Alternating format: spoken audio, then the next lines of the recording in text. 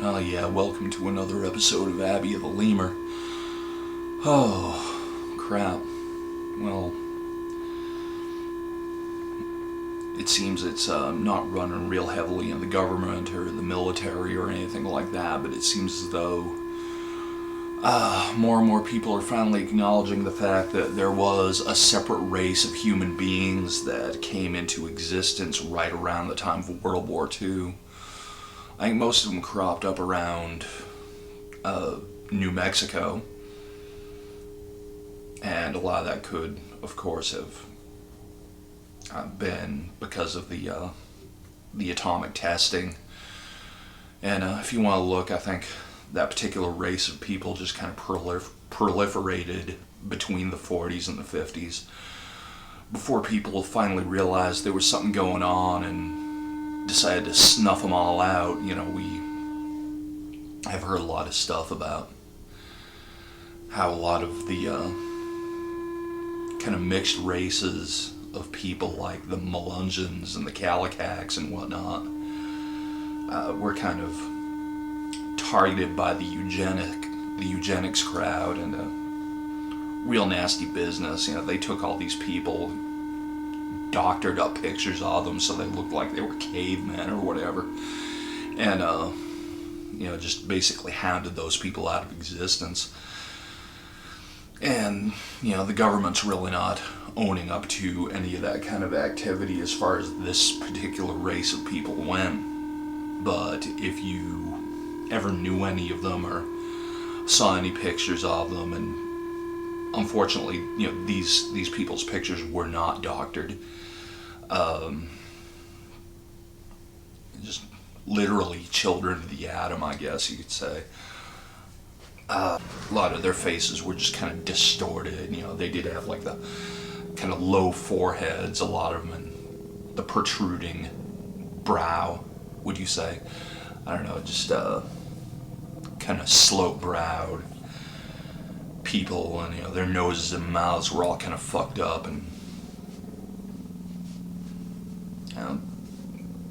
they had all kinds of problems. A lot of the time they were hard to understand. I know a lot of people who went through the belief that a lot of them were retarded, or a lot of them were just stupid and incapable of really learning the way most of us learn. They were actually intelligent people, and a lot of the time you couldn't understand what they were saying. It wasn't like they developed their own language, they spoke English, but at least the ones here in America, I don't know what happened with that particular race in other countries, but they just kind of had this sort of pidgin English going. Most of them couldn't use their vocal cords very well, and they just kind of talked like they just jabbered.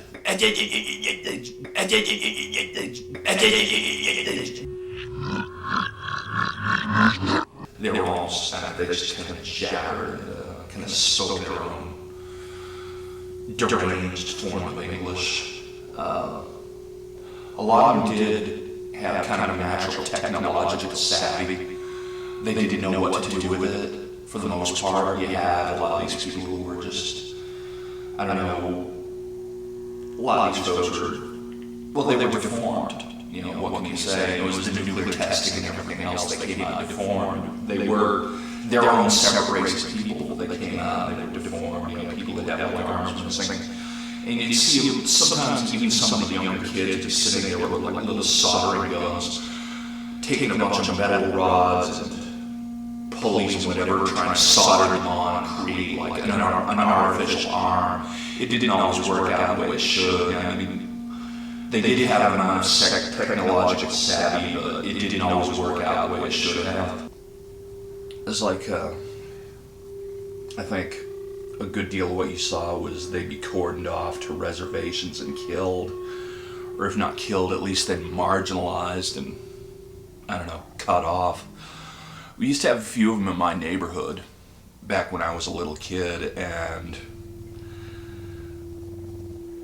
they'd have like 3 or 4 people, they'd all be related, they'd be like family, there'd be like 3 houses in a row, they'd have all of them. Mostly they got it through I don't know, I think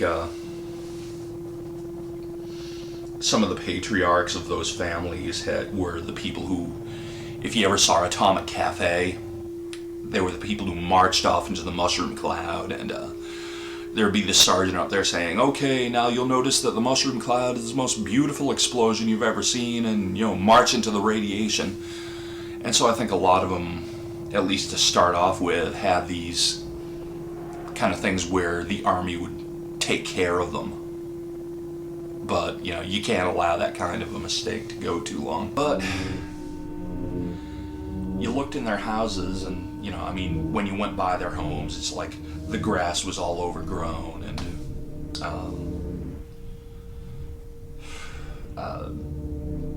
they'd be outside, like I said, kind of soldering fake arms onto themselves and not doing it terribly well, just a bunch of metal rods and rusty pulleys or whatever that wouldn't really work. And, after a while, there was this mass exodus. I don't know, like some kind of an exodus into the wilderness or whatever, but they all decided that their days were numbered and they had to get the hell out of Dodge fast. And I just remember these people just gobbling and yodeling to their kids, and they'd all just have their belongings in backpacks and, tie up rags with their clothes and everything, and they'd all be heading out of town on foot. And, I think me and Billy broke into one of their houses once, and, the whole place was just encrusted in mildew, and, I don't know, just all these old pictures of old family members, and most of them looked alright, but it'd be like just a big mess in the kitchen, dead dog lying under the table. It had been dead for quite some time and it stunk. But, they really couldn't take care of themselves terribly well. But, after a while, they were all just being hunted, gunned down by agents or whatever, And a lot of folks in the neighborhood said good riddance, who needs them? They were human beings. They were human beings who deserved to live like everyone else, and people are all just making fun of the way they talked and all that. And it's kind of like, I don't know. Just all these historical injustices that just end up getting kind of swept under the rug. Happy, happy, happy in America.